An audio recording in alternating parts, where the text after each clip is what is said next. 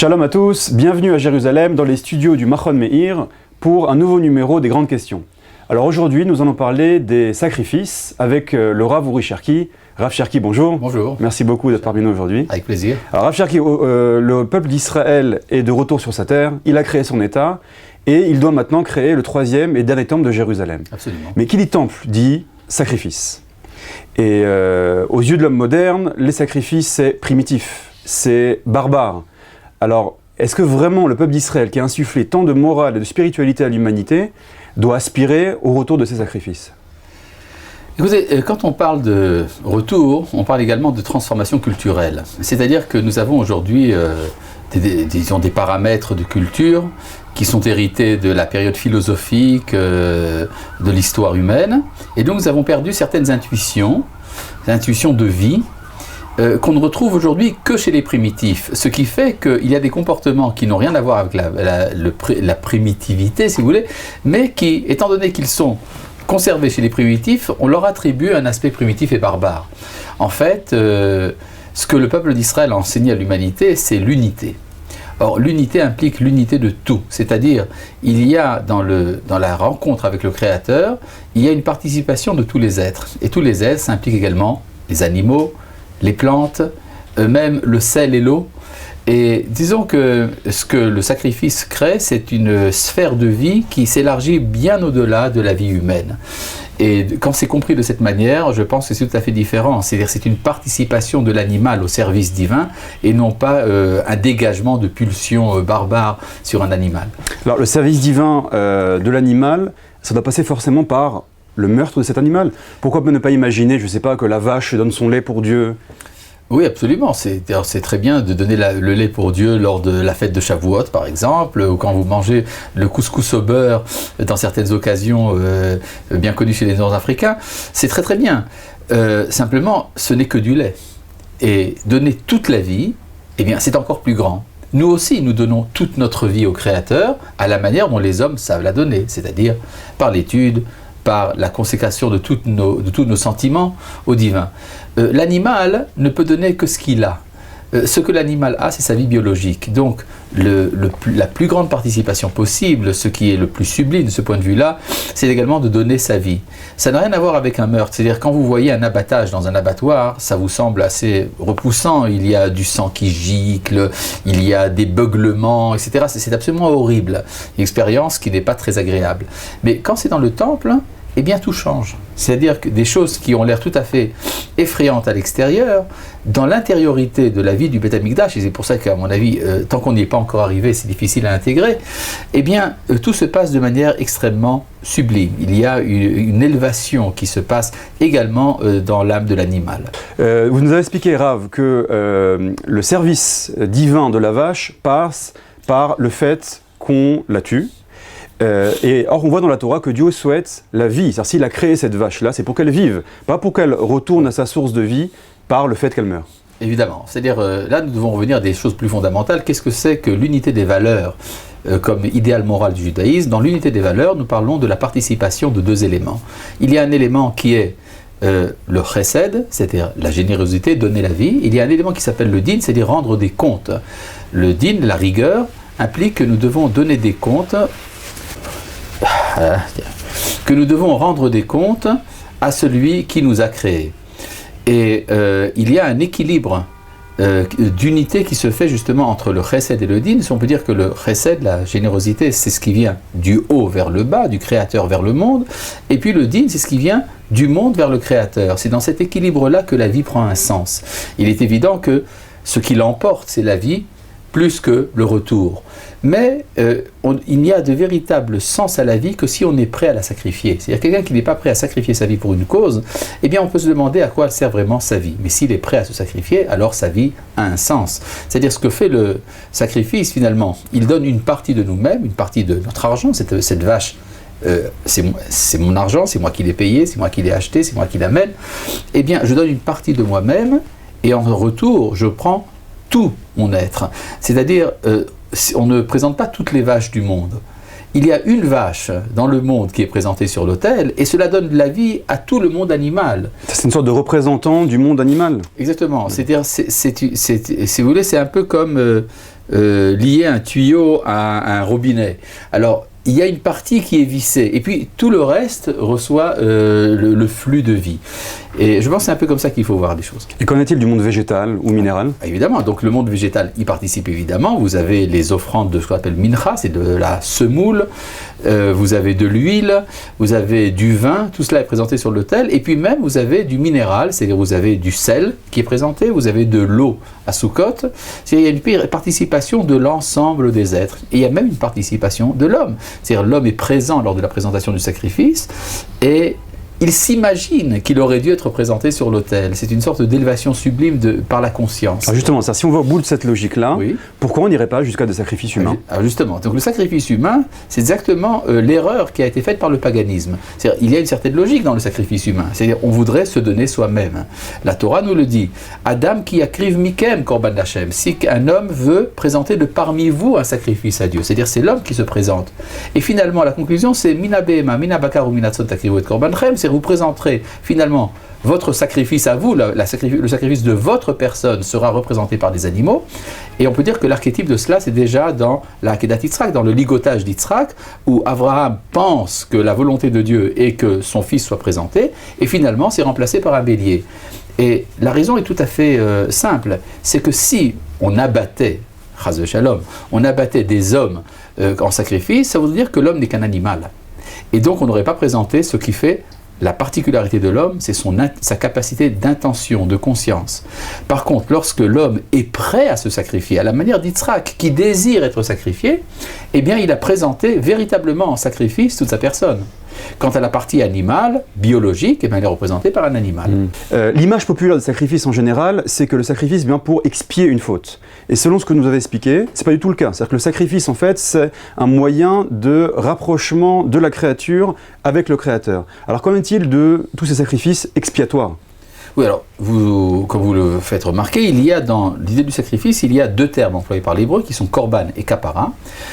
Le korban, c'est la fonction originelle du sacrifice qui est le rapprochement entre la créature et le créateur. Ce rapprochement ne vient pas par le péché. C'est-à-dire, on ne suppose pas que l'homme est fondamentalement pécheur comme dans la théologie chrétienne. L'homme est tout simplement loin. Donc il a besoin de se rapprocher. Pourquoi il est loin du fait que ce soit une créature? Il est une créature. Or le fait d'être une créature, c'est d'être posé à l'extérieur. Ce qui se retrouve d'ailleurs dans le terme en français « exister », c'est-à-dire être à l'extérieur. Et donc il y a cette nostalgie de l'origine qui se traduit par le korban, par le sacrifice.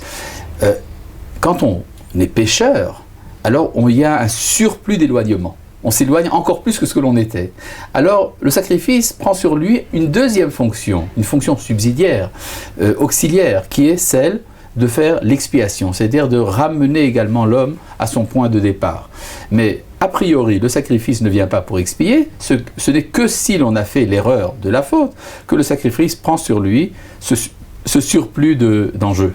Alors, vous nous avez parlé tout à l'heure de la représentation du monde animal, minéral et végétal, mais qu'en est-il des animaux impurs? Alors, les animaux impurs sont des animaux. C'est-à-dire, l'animal pur, si vous voulez, c'est un peu le cœur de la création. C'est-à-dire, l'animal pur représente ce qu'il y a de pur dans le monde animal tout entier. Donc, à travers quelques animaux purs, et d'ailleurs, pas tous les animaux purs sont présentés. Par exemple, vous ne pouvez pas amener un poulet sur l'autel. Vous ne pouvez amener que des pigeons ou bien des tourterelles. Eh bien, à travers ces animaux-là qui sont le cœur du monde animal, l'animal tout entier s'élève. J'aimerais revenir au début de ce que tu nous avais dit concernant les civilisations de l'Antiquité qui avaient un instinct juste concernant les sacrifices. Alors j'aimerais savoir pourquoi ce décalage entre ces civilisations antiques qui n'étaient pas du tout idiotes, elles avaient des grandes intuitions et des grandes réussites dans le domaine de l'architecture, dans le domaine de la science, etc., etc. Et il y a ce côté également sacrifice qui, à nos yeux, apparaît comme primitif, et vous nous avez expliqué que, en fait, ce n'est pas du tout. Et pourquoi ce décalage par rapport au monde moderne? Eh bien, vous m'aidez dans votre question, vous donnez déjà un début de réponse. Le principe de Shelat Racham Chassid Tshuva, la question d'un sage, c'est déjà une demi-réponse. Nous avons l'habitude de considérer les anciens comme étant les fondateurs des valeurs de la civilisation. C'est le droit romain qui est en cours jusqu'à aujourd'hui, la philosophie grecque, l'esprit scientifique, les capacités architecturales, artistiques, la technologie, tout cela nous vient des anciens. Et quand il s'agit du monde de la vie intérieure, alors nous ne les prenons pas au sérieux, nous considérons que c'était des primitifs. Ce qui, évidemment, met le doigt sur notre erreur. Il y a un monde dans lequel il y a une proximité du Créateur à sa créature. C'est le monde de l'Antiquité, c'était le temps où les prophètes parlaient. Et dans un temps où les prophètes parlent, eh bien, le Créateur se manifeste non pas seulement aux prophètes, mais au monde entier. Et cela est ressenti intuitivement, et c'est ce qui a donné les récits de la mythologie, qui nous paraissent des récits absolument incroyables, enfantins, parce que nous ne vivons pas cette présence. Or, quand une présence disparaît, alors on est en face d'un discours qui n'a plus de sens, et c'est remplacé par la philosophie. Donc il faut bien comprendre qu'il y a une différence fondamentale dans l'être du monde, du cosmos, entre un temps où Dieu est présent à sa créature, et donc les civilisations même primitives d'une certaine manière ressentent cette présence, et puis le temps de la modernité où tout passe uniquement par la conscience, par la spéculation philosophique, et tout ce qui reste finalement de la vie intérieure, ce n'est que de l'art. Et nous sommes, disons, à la recherche d'une synthèse. Nous ne pouvons pas revenir simplement à l'être antique, à l'homme de l'Antiquité. D'un autre côté, nous avons une exigence d'unité qui fait qu'une synthèse se créera le temps venu, et toutes les questions que se posent nos téléspectateurs à propos des sacrifices seront réglées d'elles-mêmes, du fait même de l'expérience. Nous avons, lorsqu'on lisons la Bible concernant les sacrifices, nous voyons le terme « lehem », que le sacrifice est appelé le pain de Dieu. Alors justement, ça c'est encore une fois la vision de l'homme moderne, c'est que les païens, les barbares de l'époque nourrissaient les dieux à travers le sacrifice. Et ce que vous nous avez expliqué, c'est pas du tout, c'est en fait le sacrifice, c'est pour l'homme, pour approcher l'homme de Dieu. Alors pourquoi ce terme-là, lechem d'une part, et deuxièmement, bon c'est une question un peu plus générale, est-ce que Dieu a besoin de ces sacrifices? Est-ce que Dieu a besoin de façon générale de nos mitzvot? Bon, c'est intéressant, c'est non seulement le pain, mais ça s'appelait l'armi, mon pain. Mon pain. Corbani l'armi. L'armi veut dire à l'origine mon repas. C'est-à-dire c'est comme si on alimentait le Créateur, c'est-à-dire donc c'est la reprise par la Torah des termes employés par la mythologie, mais dans une perspective tout à fait différente. Si vous voulez, on peut à nouveau parler de synthèse. La philosophie nous a appris que le Créateur n'a pas besoin de l'homme, et c'est à peine s'il le connaît. Les idolâtres ont voulu introduire cette idée que les dieux avaient besoin des hommes, ce qui veut dire que ce sont les hommes qui sont finalement les maîtres de leurs dieux. Et dans la Torah, c'est toujours plus évolué. Cela veut dire que, en fait, d'une part, Dieu n'a pas besoin de l'homme, mais il a voulu en avoir besoin. Alors il fait sérieusement besoin de l'homme. Mais ce n'est pas parce qu'il est obligé par sa nature, comme s'il avait une nature, mais c'est parce qu'il a voulu que l'homme puisse participer à son œuvre, et donc il lui donne le mérite à l'homme de ce qu'on ait besoin de lui. Ça, c'est pas du bluff, ça marche vraiment. Ça marche vraiment. Une influence sur la création. Si vous faites les mitzvot, si vous faites le sacrifice, eh bien vous alimentez, si vous voulez, le flux divin qui alimente la créature. C'est tout à fait sérieux. Simplement, ce n'est pas une nécessité ontologique, si vous voulez, du Créateur. Cela fait partie de la générosité qu'il a eue par rapport à l'homme de le faire participer à son œuvre. J'ai encore deux questions, Rav Cherki. La première, on sait qu'il y a certains sacrifices qui sont consommés, comme par exemple le sacrifice pascal, l'agneau pascal à Pessah. Pourquoi mange-t-on ce sacrifice? Alors c'est des fois mangé par le Kohen, des fois par l'homme. Eh bien tout simplement, le Kohen est aussi un homme, vous voulez dire le propriétaire. L'hébreu non Kohen. Effectivement, il y a ici une particularité, si vous voulez, il y a deux catégories fondamentales de sacrifices, ceux qui sont consommés, ceux qui ne sont pas consommés, le hola et le shlamim, et chacun a sa particularité, sa qualité, si vous voulez. Le hola, l'holocauste, c'est celui qui monte.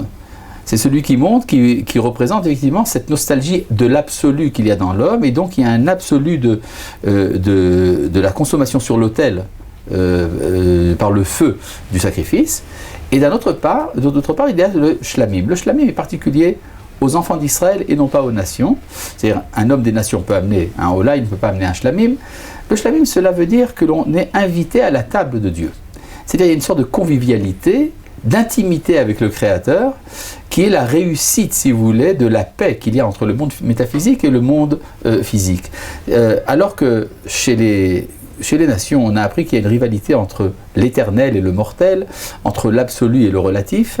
Eh bien, l'homme qui vit dans le monde relatif et Dieu qui est dans ses hauteurs, eh bien, on vient participer ensemble à un repas. C'est ça qu'on appelle shlamim. Shlamim vient du mot shalom, qui veut dire la paix, c'est faire la paix entre le supérieur et l'inférieur.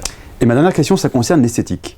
Lorsqu'on imagine le Beth Amikdash, on voit beaucoup de livres de nos jours, des vidéos, des maquettes qui sont faites, c'est la présence de Dieu, c'est la splendeur, la magnificence, les peuples qui viennent, les Lévi'im qui chantent, il y a de la musique, il y a des chants, etc. Et au centre de toute cette splendeur, cette beauté, un abattoir. Alors mon beau-père a travaillé dans les abattoirs, il m'a raconté souvent, comme vous nous avez dit, les odeurs, le sang, ça ne colle pas forcément à l'esthétique du lieu. Oui, alors il y a tout un équilibre qui est fait là-bas. Il y a dans la manière dont c'est organisé, si vous voulez, il y a quelque chose qui fait appel à l'âme de l'enfant. L'enfant a une sorte de joie de voir tout ce qui se passe, avec également l'élément du sang et tout ce que ça représente. C'est-à-dire qu'il y a une joie des enfants par rapport à ces choses-là. Et puis il y a également un appel aux instincts supérieurs des hommes élevés, tels que les prophètes, tels que les Kohanim. Et il y a même une place pour les intellectuels qui se posent des questions et qui ont besoin d'un peu d'éléments artistiques, si vous voulez. Tout ça se retrouve dans un équilibre. Si vous ne prenez qu'un des éléments, effectivement, vous avez une image caricaturale.